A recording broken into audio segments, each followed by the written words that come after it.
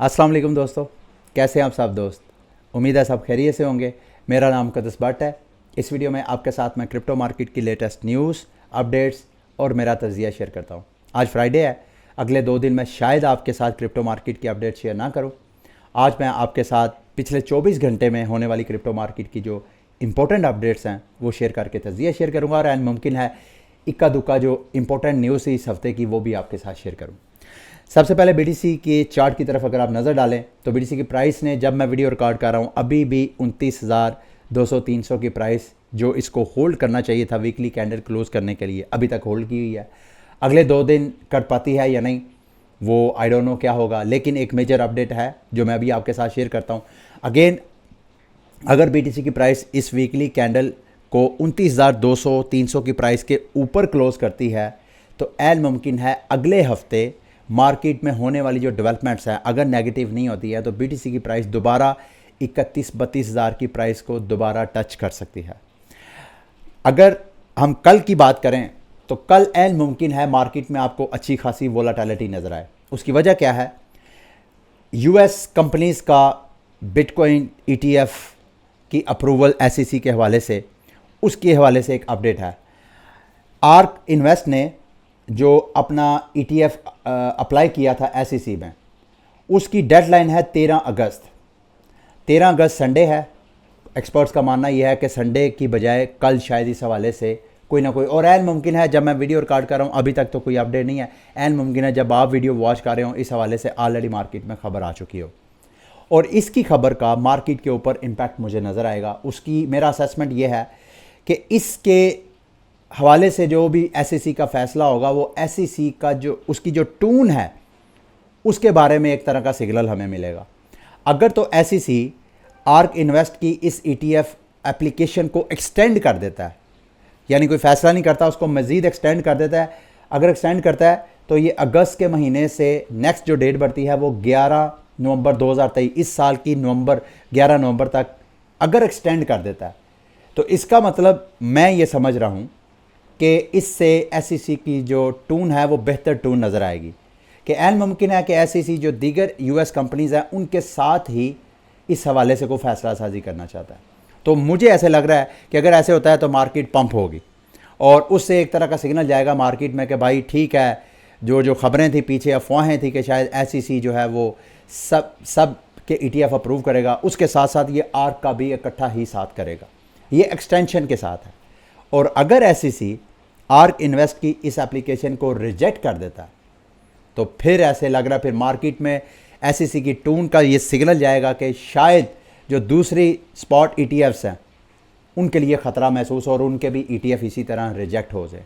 ये मेरा असेसमेंट है, गलत भी हो सकता है। इसकी बेस पे मैं समझता हूँ कि मार्केट आपको शायद कल तक वोलाटाइल नज़र आए, इसको आपने क्लोजली वॉच करना है। अब आते हैं जी अगली एसईसी के एक्शन की तरफ। एसईसी ने बिटरेक्स एक्सचेंज है उसको और उसके फार्मर सीईओ विलियम शिहारा को 24 मिलियन का फ़ाइन किया, उनकी आपस में सेटलमेंट हुई है और बिटरेक्स जो है अमेरिका से निकल के वो भी दूसरी कंट्री, दूसरी जुरिस्डिक्शन में जाके अपनी क्रिप्टो सर्विसेज वगैरह प्रोवाइड करेगा। और यहीं तक महदूद नहीं है, बल्कि पेपाल के हवाले से पिछले चंद दिनों में जब से ये अपडेट आई है मैं आपके साथ शेयर कर रहा हूँ, वहाँ उस हवाले से भी खबर है कि बैंकिंग रेगुलेटर्स ने इशू किया है stern warning to any bank doing business with PayPal. PayPal ने, ज़ाहिरी बात है, ये जो स्टेबल कॉइन इशू करने हैं तो उस हवाले से जो बैंक्स हैं उनके साथ तो उनकी कोई पार्टनरशिप, कोई लेन देन वगैरह होगा, तो इस हवाले से यूएस रेगुलेटर्स का वार्निंग इशू करना ये भी एक तरह का सिग्नल आ रहा है कि यूएस गवर्नमेंट और उसके रेगुलेटर जो है अभी तक जो है अच्छा खासा प्रेशर रखे हुए हैं क्रिप्टो फॉर्म्स के ऊपर। लेकिन एक चीज़ मैं भूल गया आपके साथ शेयर करना जो मैं चाहता हूँ। अच्छा, इसमें क्या वो लेटेस्ट जो फेडरल रिजर्व सुपरवाइजरी लेटर जो इशू किया है, बैंक को मैंडेट किया है, बैंकों को कहा है जी कि आपने you must obtain a written supervisory no objection.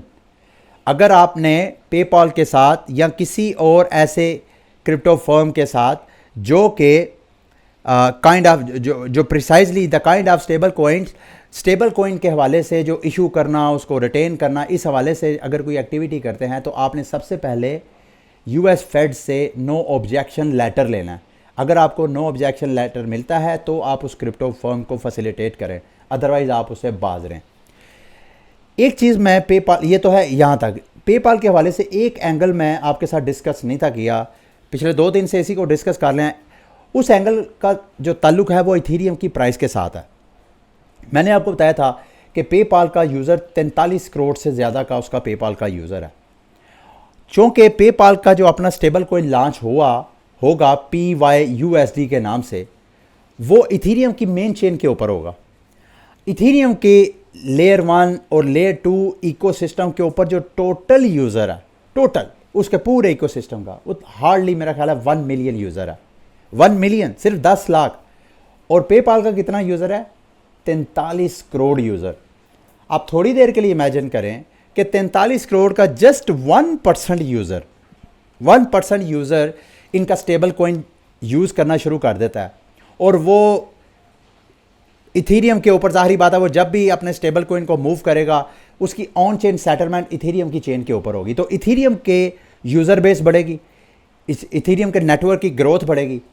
तो यू कैन इमेजिन, ये मैं 1% की बात कर रहा हूँ, और आई डोंट नो कि ये 1% ये अगले चंद हफ्तों में होगा, अगले चंद महीनों में होगा, लेकिन ये जब भी होगा इथीरियम के इन्वेस्टर्स, इथीरियम की प्राइस के ऊपर इसका बहुत ह्यूज इम्पैक्ट होगा। तो इसको आपने क्लोजली वॉच करना है। वैसे तो अगर आप ये इथीरियम की, मैंने वीकली कैंडल का चार्ट ओपन किया हुआ है, फिलहाल तो इथीरियम जो है यहाँ पे अपना, ये देखें यहाँ पे लोअर लो बनाता हुआ आपको नज़र आ रहा है, लेकिन यहाँ पे इस जगह पे इथीरियम 1791-95 की प्राइस पे यहाँ पे टच करके दोबारा ऊपर, और इसको रिटेन करना ज़रूरी है इथीरियम की प्राइस के लिए। अगर ये ब्रेक हो जाती है ये वाली ट्रेंड लाइन, तो एन मुमकिन है इथीरियम की प्राइस फिर दोबारा 1600 की प्राइस पे ट्रेड हो। ये टेक्निकल मैं आपको इसका एनालिसिस करके बता रहा हूँ। फंडामेंटल एक और इंटरेस्टिंग डेवलपमेंट हुई है, वो भी मैं इथीरियम के हवाले से आपके साथ शेयर करना चाहता हूँ।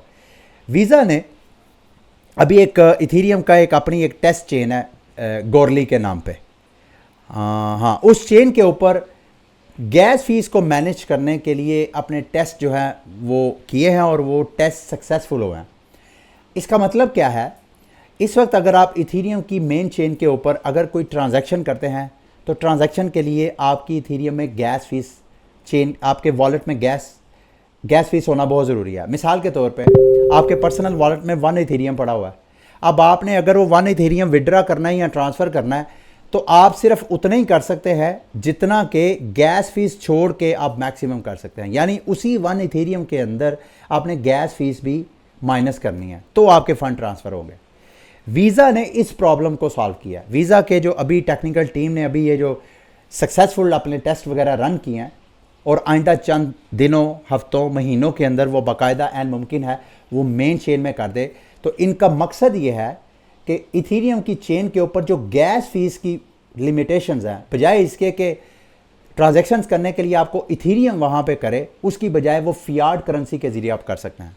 यानी आप अगर पर्सनल पेमेंट के ज़रिए कोई ट्रांजैक्शंस करना चाहते हैं, तो उसके लिए गैस फीस बजाय इसके कि आप इथीरियम में पे करें, बल्कि आप वीज़ा की सर्विस यूज़ करते हुए आप उसको सेटल कर सकते हैं फियाट के साथ, यानी कैश के साथ।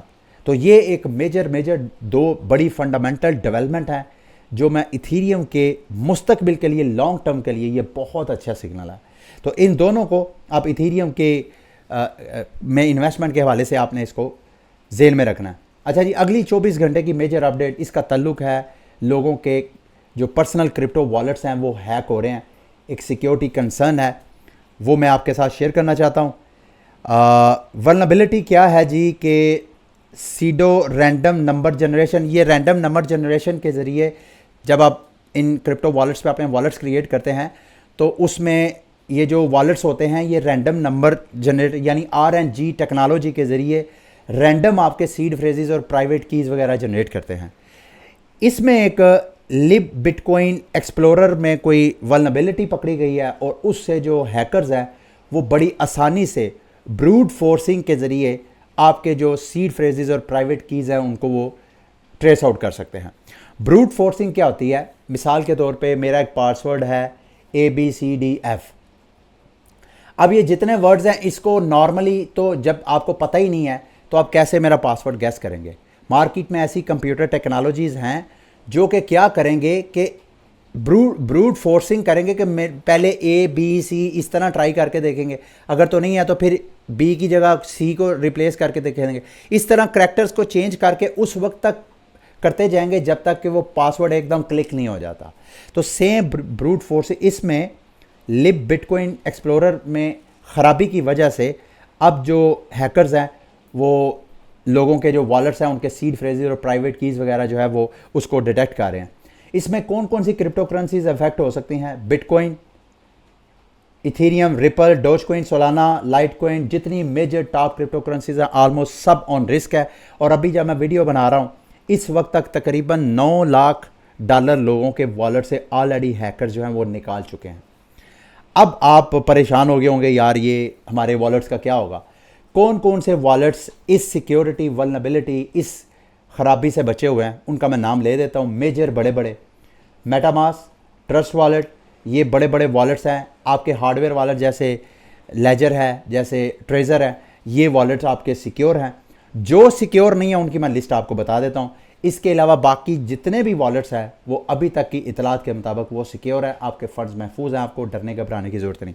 लेकिन अगर आपके फ़ंड्स इन वॉलेट्स में हैं, लाइक ये ChipChap, Dark Wallet, Airbitz, JoyStream, Dark Leaks, Open Bazaar, Can Coin और स्लर, अगर इनमें आपके फंड्स वगैरह पड़े हैं, क्योंकि ब्रूट फोर्सिंग भी इमीडिएटली क्रैक नहीं करते सीड फ्रेज प्राइवेट की, इसको कुछ दिन लगते हैं। तो अभी आपके पास टाइम है। अगर आपके इन वॉलेट्स में एसेट्स वगैरह पड़े हैं तो मेरा मशवरा यह है कि उसको आप सिक्योर वॉलेट्स में ट्रांसफ़र करें। अगली वीडियो में अपडेट मैं आपके साथ कोजिटो प्रोटोकॉल के हवाले से शेयर करना चाहता हूँ। एवरी वीक मैं इस हवाले से कोई ना कोई आपके साथ अपडेट शेयर करता हूँ। कोजिटो का मैं एम्बेसडर हूँ। मेरी इंफॉर्मेशन, मेरे नॉलेज प्रोवाइड करने के बदले मुझे कोजिटो प्लेटफॉर्म जो है वो इंसेंटिव प्रोवाइड करता है अपने टोकन की सूरत में। तो इसमें जो भी इंफॉर्मेशन आपको इस हवाले से शेयर करता हूँ उसको मेरी फाइनेंशियल एडवाइस नहीं आपने लेना। मेरा मकसद आपको इनके प्रोटोकॉल के हवाले से गाइड करना है। अब मैं ये आर्टिकल आपके साथ शेयर करूँगा, इस वीडियो की डिस्क्रिप्शन में आपको आर्टिकल ये मिल जाएगा। इस आर्टिकल में इन्होंने बताया कि इस वक्त जो करंट डीफाई के अंदर इश्यूज़ हैं, मिसाल के तौर पे यील्ड फार्मिंग क्या होता है कि ये जितने डीफाई प्रोटोकॉल्स हैं वो कहते हैं हमारे साथ एंगेज हो, अगर आप एंगेज होंगे तो हम आपको अपना टोकन जो है वो ऑफ़र कराएंगे। मिसाल के तौर पे अगर कोई बारविंग लैंडिंग प्लेटफॉर्म है वो कहेगा जी कि आप बेशक हमारे प्लेटफॉर्म से बारो करें या हमारे प्लेटफॉर्म पे लैंड करें, हम हमारे प्रोटोकॉल पे एक्टिव होंगे तो हम आपको अपना प्रोटोकॉल टोकन देंगे। तो ये जो आउट ऑफ थिन ये टोकन्स है, ये पिछले जो बेयर मार्केट है उसमें ये फ्लॉप हो गया। इसका सलूशन भी कोजिटो ने अपने इस आर्टिकल में पेश किया है। और दूसरा, रिस्की क्रेडिट ऑफरिंग के डीफाई के कुछ ऐसे प्रोटोकॉल्स जो कि क्रेडिट ऑफरिंग में भी रिस्की बिजनेस मॉडल्स हैं उसको भी इन्होंने सॉल्व किया अपने इस बिज़नेस मॉडल में। ये पूरा एक आर्टिकल है, मैं चाहता हूँ आप उसको लाजमी रीड करें और अगर आपको समझ आए तो इनके जो प्रोटोकॉल के टोकन्स हैं उसमें आप सरमायाकारी कर सकते हैं। ठीक है, अगर आप समझते हैं कि आने वाले वक्त में ये ग्रो करेगा। XRP के हवाले से खबरें हैं जी कि XRP की प्राइस कल मैंने आपको बताया था जिमेनाई एक्सचेंज पे उसकी लिस्टिंग हो रही है, लेकिन XRP की प्राइस वहाँ पे $50 तक पंप की है। अभी वैसे वो प्राइस जो है मेरा ख्याल है अराउंड अबाउट 1.6 $1.5 के ऊपर ट्रेड हो रही है। एग्जैक्टली मुझे पता नहीं है, लेकिन चार्ट जो शो करवा रहा है ये अली चार्ट्स को मैंने इनकी ट्वीट देखी है, ये कह रहे हैं कि वहाँ पे उनके प्लेटफॉर्म पे लिक्विडिटी ना होने के बराबर है। सिर्फ $37,000 की से ज़्यादा की अगर कोई ट्रेड करे, सिर्फ इतनी ट्रेड करे तो 2% प्राइस पंप और डंप हो सकती है। इतनी थिन डेप्थ है उनके प्लेटफॉर्म के ऊपर लिक्विडिटी की। तो इस वजह से अगर आप जिमेनाई पे ट्रेड वगैरह कर रहे हैं तो बी वेरी केयरफुल। मुझे लग रहा है ऑलरेडी जो जिमेनाई प्लेटफॉर्म है वो ऑलरेडी इस हवाले से उन्होंने कोई ना कोई इकदाम किए होंगे। XRP के हवाले से एक और इंटरेस्टिंग डेवलपमेंट सोशल मीडिया पे शेयर की जा रही है। बात की जा रही है कि जैसे बिटकॉइन और इथेरियम का आजकल ETF की एक हेडलाइन बन रही है, क्या XRP का भी ETF अप्रूव हो सकता है या नहीं? जिस तरह SEC केस के हवाले से अपील में चला गया, इस सूरत हाल में तो ऐसा नहीं लग रहा। लेकिन आप थोड़ी देर के लिए इमेजिन करें कि बिटकॉइन के भी और इथेरियम के भी ETF अप्रूव हो जाते हैं और उधर से XRP का केस भी, ये जो अपील में SEC गया है वो अपील भी रिजेक्ट हो जाती है, डिसमिस हो जाती है और XRP बाकायदा क्रिप्टो करेंसी सिक्योरिटी की बजाय वो क्रिप्टो डिजिटल एसेट बन जाता है।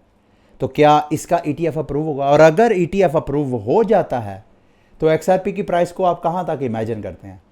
ये मैं आपके ऊपर छोड़ता हूँ। मैं तो मेरे तख़य्युल में तो ये है कि इसकी प्राइस शायद $10 $100 तक भी पंप कर सकती है। ये गलत भी मैं हो सकता हूँ, लेकिन मैं आपसे कहता हूँ आप मुझे वीडियो के नीचे कमेंट में बताएं कि अगर XRP का भी ETF अप्रूव हो जाता है, उन दोनों ज़ाहिर बात है वो शर्त है, पहले वो अप्रूव होंगे तो फिर SEC इनको अप्रूवल देगा, तो फिर आप XRP में क्या पोटेंशियल देखते हैं। इस हफ्ते जी सबसे ज़्यादा जिस टॉप क्रिप्टो करेंसीज ने गेन किया वो शिबा है। शिब के टोकन ने तकरीबन 20-25% इस एक हफ्ते में प्राइस ने पंप किया है।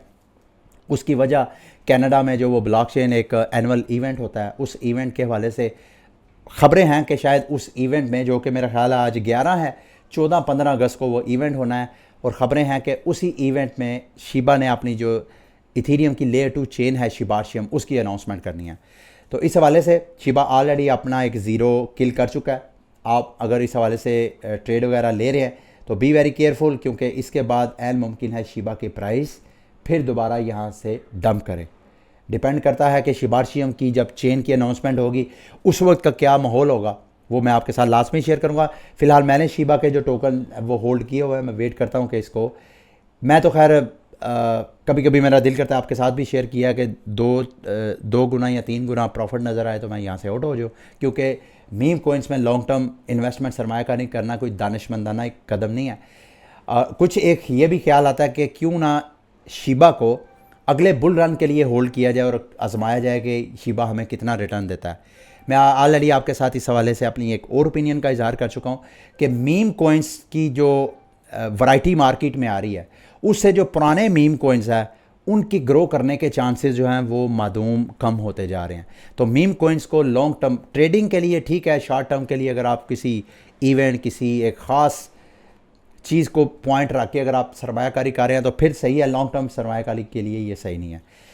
अच्छा जी, हांगकॉन्ग के अब न्यूज़ अपडेट्स की तरफ आते हैं। हांगकॉन्ग की एक कंपनी है, गेमिंग स्टूडियो है एक तरह का, उनके बोर्ड ऑफ डायरेक्टर्स ने अनाउंसमेंट किया पब्लिकली कि वो आइंदा 1 साल के अंदर अंदर $5 मिलियन की सरमायाकारी करेंगे बिटकॉइन और इथेरियम के ऊपर, और वो रेगुलेटेड और लाइसेंस ट्रेडिंग प्लेटफॉर्म के थ्रू करेंगे। ये मैं न्यूज़ आपके साथ इस वजह से शेयर कर रहा हूँ क्योंकि ये बिल्कुल आगाज़ हो रहा है उस वक्त का जब ये जो बड़े बड़े सरमायादार इदारे हैं ये अपनी सेविंग को, इसका नाम है जी बोया इंटरैक्टिव इंटरनेशनल, गेमिंग स्टूडियोज़ हैं, ये गेम्स वगैरह डेवलप करके देते हैं, चाइनीज़ मार्केट में इनकी गेम्स वगैरह आती हैं। तो ये वो वक्त का आगाज़ है जब इसके बाद आहिस्ता आहिस्ता ग्लोबल अडॉप्शन होएंगी, तो ये कंपनीज़ अपनी बैलेंस शीट में अपने जो इन्होंने रिज़र्व में पैसे रखे होते हैं उसका कुछ हिस्सा जो है वो क्रिप्टो मार्केट में इन्वेस्ट करेंगे। HSBC के हवाले से ख़बरें हैं जी कि वो अपने जो क्लाइंट्स हैं, पैसा लोगों का है, जो ऐसी HSBC के क्लाइंट्स हैं उनको बैंक बता रहा है कि आप मैक्सिमम एक दिन में एक सिंगल ट्रांजैक्शन में 2500 से ज़्यादा पाउंड इन्वेस्ट नहीं कर सकते, और एक महीने में मैक्सिमम आप 10,000 पाउंड इन्वेस्ट कर सकते हैं। ये वजह है कि क्रिप्टो मार्केट को मुस्तकबिल दुनिया समझ रही है कि भाई मेरे बैंक में पैसे हैं। अब पाकिस्तान में मेरा ख्याल है 25,000 रुपये से ज़्यादा की ट्रांजैक्शन करने पे एक ख़ास टैक्स है जो हमें देना पड़ता है। भाई हमारे पैसे हैं, उसको बैंक में रखने, निकालने, ट्रांसफ़र करने, उसके ऊपर भी बैंक अपनी पॉलिसी अपनी थोपता है। अगर आज बैंक कोई और पॉलिसी बना दे जी के, तो मतलब फॉर एग्ज़ाम्पल इंडिया में जैसे मोदी सरकार ने किया था, उन्होंने कहा जी 5,000 से ज़्यादा और मेरा ख्याल है बड़े जो नोट हैं वो उसने ख़त्म कर दिए थे। यहाँ पर भी हमारे कुछ एक्सपर्ट्स हैं, इकोनॉमिस्ट हैं, वो समझते हैं कि पाकिस्तान के इकनॉमिक मसले का हल एक ये भी है कि पाकिस्तान में 5,000 का नोट जो है वो ख़त्म कर दिया जाए, तो लोग जो है होर्डिंग, कैश की जो होर्डिंग करते हैं उससे बाज आएंगे। तो पैसे आपके हैं, सेविंग आपकी है, और इस फैसले जो हैं किसी के फैसले की वजह से आपके पैसों का मुस्तकबिल जो है वो जुड़ा हुआ है। तो लास्ट में जी ये NFT मार्केट के हवाले से ये अपडेट है, कल मैंने आपके साथ शेयर किया था। डी गार्ड की जो दूसरी जो कम्युनिटी है, NFT कलेक्शन है, यॉट्स, उन्होंने इथेरियम में आने का फ़ैसला किया है। और इसके अलावा डी गार्ड का सीज़न 3 के हवाले से ख़बरें हैं, वो स्टार्ट हुआ है। उस सीज़न 3 में इन्होंने मेरा ख्याल है ऐसी NFT कलेक्शन लॉन्च की है जिसमें अगर कोई एक डी गार्ड NFT ख़रीदेगा तो 4 मुख्तलिफ़ किस्म के आर्ट कलेक्शंस उनको मिलेगी, वो अपनी मर्ज़ी से उसको स्विच कर सके। मिसाल के तौर पे ये देखें 4 जनरेशन, उसके साथ साथ वो जिस मर्ज़ी टाइप का उसका NFT वो बना सकता है। इसकी वजह से इस इवेंट अनाउंसमेंट की वजह से पिछले 24 घंटे में डी गार्ड अच्छा, ये एक्चुअली जो सीज़न 3 के हवाले से काफ़ी हाइप थी डी गॉड की, तो अच्छी खासी प्राइस जो है वो पंप की हैं। अब जब से ये सीज़न 3 की अनाउंसमेंट पब्लिक हो गई है, तो डी गॉड की NFT पिछले 24 घंटों में 24% 23% जो है ऑलरेडी फ्लोर प्राइस जो है वो डंप हो चुकी है। ठीक है, ये थी आज की क्रिप्टो मार्केट की अपडेट्स। उम्मीद करता हूँ मेरी आज की वीडियो भी आपके लिए इन्फॉर्मेटिव रही होगी। अगली वीडियो तक के लिए मुझे इजाज़त दें। अल्लाह हाफिज़।